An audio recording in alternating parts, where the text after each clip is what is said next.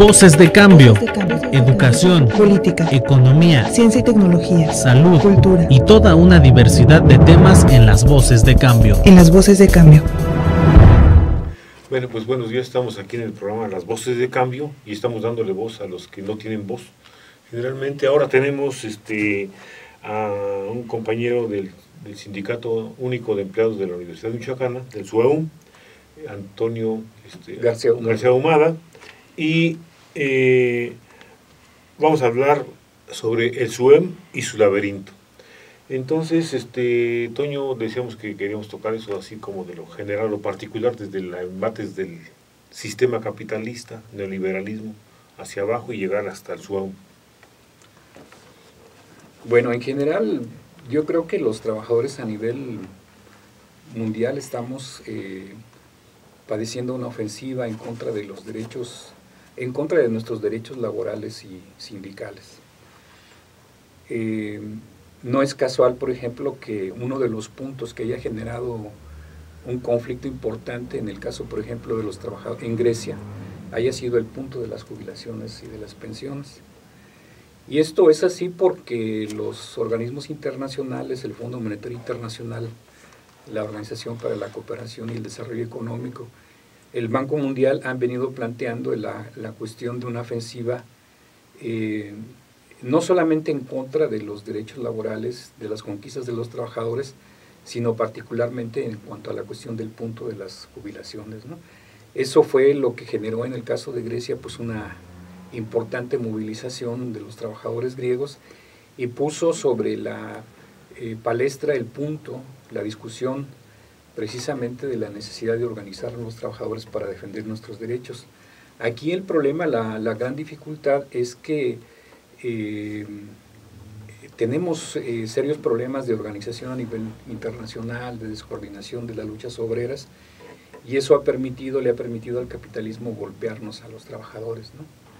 En el caso de nuestro sindicato, del SUEUM, a lo mejor viene de la reforma laboral, si quisieras más o menos, o sea, viene de allá, viene la reforma laboral y entonces ya lo que sigue.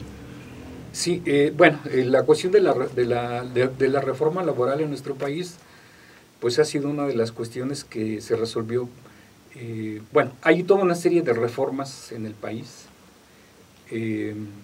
la reforma energética, la reforma fiscal, la reforma educativa, la reforma laboral, etcétera, ¿no? Y todas tienen un claro sentido que es el de golpear los derechos de los trabajadores, disminuir los derechos de los trabajadores. Y en el caso nuestro, en el caso de la reforma laboral, tiene como sentido dejar a los trabajadores en un estado donde no tengan fundamentalmente estabilidad en el empleo, ¿no? Y esto tiene como sentido concreto golpear a los sindicatos y golpear concretamente las contrataciones colectivas, los derechos de los trabajadores. Esto de la inestabilidad en el empleo, pues genera, para empezar, mucha incertidumbre entre los trabajadores y además los obliga a aceptar condiciones muy precarias laboralmente hablando, ¿no? Es decir, salarios miserables, prácticamente ninguna prestación, y esto pues obviamente tiene como sentido reforzar la explotación sobre los trabajadores y someterlos a jornadas, al alargamiento de la jornada de trabajo, pero además la cuestión de obtener salarios muy bajos, ¿no? Lo que llaman la productividad y la competitividad, ¿no? O sea, producir lo más posible con menos recursos. Tan así que se habla de que nuestro país es uno de los países donde los salarios son más bajos, ya casi a la par de China, inclusive creo que más bajo que China, pese a que hace una década eso era totalmente diferente, o 15 años, y hoy estamos en estas condiciones. ¿En qué ha repercutido concretamente en el SUEUM esta reforma educativa, donde quieren golpear fundamentalmente a los trabajadores de la universidad? La autoridad y el gobierno del Estado, el gobierno estatal y el federal, y etcétera. Bueno, yo A mí me parece que durante los últimos 5 años prácticamente no ha habido avances en las revisiones del contrato colectivo de trabajo. Es más, vamos en retroceso, ¿no? Los trabajadores de la universidad, a mí me parece que hemos pactado prácticamente en los últimos años lo que es el tope salarial, lo que conocemos como tope salarial, y frente al cual prácticamente, hay que decirlo claramente, la posición lamentablemente de los sindicatos es de resignación, ¿no? Es decir, no hay en este momento una lucha a nivel nacional de los trabajadores, de todos los trabajadores del país, que plantee como cuestión central la lucha por un aumento salarial que satisfaga o que pueda resolver pues las necesidades de los trabajadores tal como lo plantea el artículo 123 de la Constitución, ¿no? Esto a mí me parece bastante delicado porque y más en el caso de nuestro sindicato, me parece muy difícil la situación porque enfrentamos una división interna, ¿no? Una división interna, pero además enfrentamos una circunstancia donde no existe democracia al interior de nuestro sindicato. Por mucho que hablen de la democracia pura, ¿no? Algunos de los que se ostentan como dirigentes de la organización, la verdad es que no hay democracia en el sindicato. Sí, ¿no? Elecciones amañadas y sin número suficiente de un espacio donde pueda participar la mayoría de la gente, etcétera, ¿no? O sea, como que esto ha traído conflictos graves, ¿no? A mí me parece que esto dificulta la defensa de los derechos de los trabajadores, ¿no? ¿Eso crees que sea propiciado desde fuera o sea una cosa natural? Yo creo que ahí convergen varias cuestiones, ¿no? Es decir, tenemos un grupo de personas que se dicen dirigentes del sindicato, que ya tienen por más de 3 lustros en la organización, y normalmente lo que ha sucedido, lo que viene sucediendo es que ponen por delante sus intereses de grupo por encima de los intereses de la organización. Entonces no hay vida sindical, no hay forma de debatir cómo enfrentar la circunstancia que actualmente estamos enfrentando, y esto me parece mucho más delicado precisamente cuando hay una deliberado ataque contra uno de los derechos fundamentales de nuestro sindicato, que es el derecho a jubilarnos, ¿no? Se plantea la cuestión de la reforma, de la modificación del sistema de jubilaciones y pensiones, que en el caso de nosotros como trabajadores en la universidad logramos desde fines del año de 1939, ¿no? Esto, como todos sabemos, el Congreso del Estado de Michoacán promovió o está promoviendo la modificación del sistema de pensiones. Incluso llegó a plantear como una especie de ultimátum, señalando la fecha del 31 de marzo de este año, para que la universidad presentara un proyecto de reingeniería administrativa, pero además una propuesta de modificación del artículo 29 de la ley orgánica vigente, ¿no? Que tiene que ver específicamente con relación a este punto de las jubilaciones y pensiones. Entonces a mí me parece que este problema interno que tenemos en la organización, de división, de falta de democracia, incluso el mismo hecho que no tengamos una representación legalmente reconocida, nos deja prácticamente en un estado de indefensión a los trabajadores, ¿no? Nos deja en en una condición bastante vulnerable, que incluso en el caso de un estallido de la huelga, pudiéramos tener repercusiones negativas para nuestra lucha. Una pregunta, Toño. Yo tengo entendido que más bien creo que el rector el que dijo, el día 31 les entrego una propuesta. No sé si sería del Congreso o viceversa, fue un acuerdo de ambas partes, ¿no? Pero creo que el rector había dicho que él no había dicho nada, y después en el Congreso lo desmienten algunos diputados, dicen, no, usted vino a decirnos aquí que el día 31 usted traería una modificación al régimen de jubilaciones y pensiones. Bueno, ahí habría que ubicar el contexto, ¿no? A fines del año pasado se planteó el problema de que no se podían cubrir los salarios de los trabajadores, ¿no? Entonces, el Congreso del Estado, en el marco del presupuesto de egresos del Estado, emite un decreto donde se incluye el asunto del que estamos hablando. Si se plantea la cuestión de que nos piden a los trabajadores que seamos conscientes de la situación, que reconozcamos los problemas financieros que tiene la universidad y que aceptemos la modificación del sistema de jubilaciones y pensiones. Eso está escrito, ¿no? Eso está en el decreto que tiene que ver con el presupuesto de egresos del Estado. Lo que han manejado siempre es que nosotros somos la única universidad que no ha modificado el sistema de pensiones, pero incluso hasta los propios actuarios que han promovido, que ha traído la universidad para promover la modificación del sistema de jubilaciones y pensiones, reconocen que absolutamente ninguna de las propuestas ha resuelto, o de las cuestiones que han sido pactadas en las más diversas universidades del país, ha resuelto el problema de las jubilaciones y pensiones. Lo que yo creo es que lo que está de fondo es acabar con el sistema de jubilaciones y pensiones.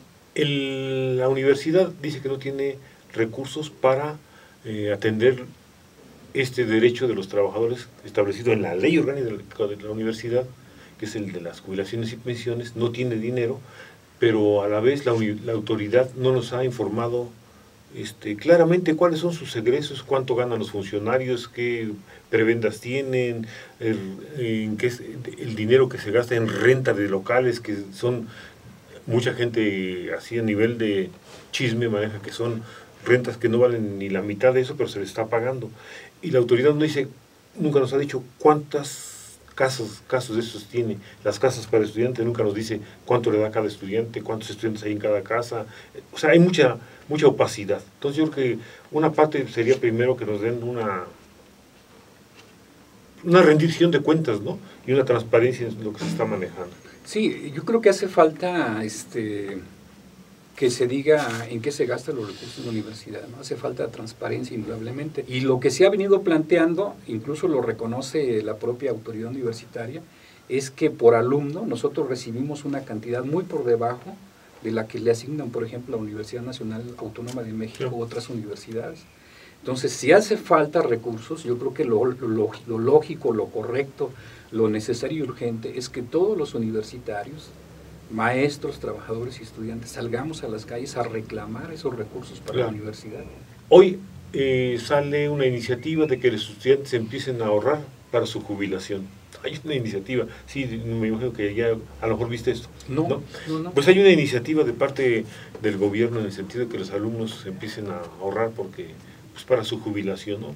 Entonces uno dice, pues entonces, cuando nunca en la historia de la humanidad había habido hombres tan ricos, o sea, la riqueza es mayor que nunca en la historia de la humanidad, y resulta con que no están conformes con eso y todavía quieren seguir exprimiendo más a los trabajadores. Bueno, de hecho, toda la política laboral del régimen es generar la inestabilidad del empleo, que los trabajadores no tengamos derecho, que no tengamos derechos a jubilarnos, que cada quien se rasque con sus propias uñas. De hecho, la cuestión de las jubilaciones, a final de cuentas, o quieren que nos quedemos con lo de las afores, con lo que nos pueda dar las afores, o con un sistema de seguridad social desmantelado, como es en el caso de las pensiones del IMSS y del ISSSTE. Al final lo que quieren es que los trabajadores tengamos 3 o 4 mil pesos de pensión mensualmente. Eso es lo que quieren. No, hay unos de 1,500, de 2,000 pesos. No. En la universidad sucede, ¿no? La universidad, muchos de los maestros y trabajadores tienen pensiones de 2,500 pesos. ¿Qué te gustaría que pasara, Toño? Pero no son pensiones, es una prestación por vejez, ¿sí? Sí, porque ahí también hay que decirlo claramente. A nosotros, a los trabajadores de la universidad, se nos ha calumniado, se nos ha exhibido, tratado de exhibir, diciendo que tenemos 2 jubilaciones. No es cierto. Tenemos la jubilación de la universidad y una prestación por vejez establecida en el Seguro Social, ¿no? Toño, ¿qué plantearías tú? ¿Qué haría falta para que esto empezara a revertirse? Yo sé que es un sueño, es una utopía, pero yo creo que vale la pena una utopía. Yo creo que necesitamos reconstruir la unidad de los trabajadores, ¿no? O sea, por ejemplo, el SUEU no va a poder defender sus conquistas si no se unifica. Pero necesitamos una unidad donde a partir de que se pueda discutir de manera democrática al interior del sindicato, donde se puedan reconocer las distintas posiciones, los distintos puntos de vista y que la gente decida por mayoría las cuestiones. Necesitamos la unidad de todos los trabajadores del país. Necesitamos elaborar una estrategia que confronte las políticas del régimen. Lo que está haciendo el gobierno, el Pacto por México, de desmantelar todas las conquistas de este país, nos va a conducir a una catástrofe en muchos sentidos. Imagínense los viejos qué es lo que van a hacer en este país si no tienen recursos para sobrevivir. Sí, ¿qué van a hacer los jóvenes? ¿Sí? O sea, ¿qué futuro tienen los jóvenes? No tienen ningún futuro. Si les van a obligar a ir ahorrando para jubilarse desde ahora. Es imposible, con los salarios. Con los salarios miserables que tenemos. Nos hace falta ubicar al enemigo que ha estado minando lo poco que han tenido los trabajadores a lo largo de tantas décadas de lucha, ¿no? Sacrificios, vidas, huelgas, etcétera, y cada vez se van perdiendo. ¿A qué llamarías a los compañeros del sindicato único de la universidad, de empleados de la Universidad de Michoacán? Pues a que salgamos a defender nuestros derechos de manera unificada, ¿no? Yo quiero aprovechar la ocasión para decirles que estamos preparando un foro sobre seguridad social y jubilaciones para el próximo 30 de abril, a partir de las 8 de la mañana en el local del Sindicato de Profesores de la Universidad Michoacana. Y llamo a mis compañeros de la universidad, tanto académicos y administrativos, para que lleguemos a este foro y analicemos el punto de jubilaciones y pensiones, y también para que discutamos una estrategia conjunta de defensa de los derechos, no solamente de los académicos y administrativos, sino también de los estudiantes y de la propia universidad. Antonio, muchas gracias, gracias a ustedes. Porque dice ese llamado a todos los trabajadores, no solamente de la universidad, sino del país y del mundo, a que necesitamos juntarnos para enfrentar pues esta embestida tan fuerte de los poderosos. Voces de cambio.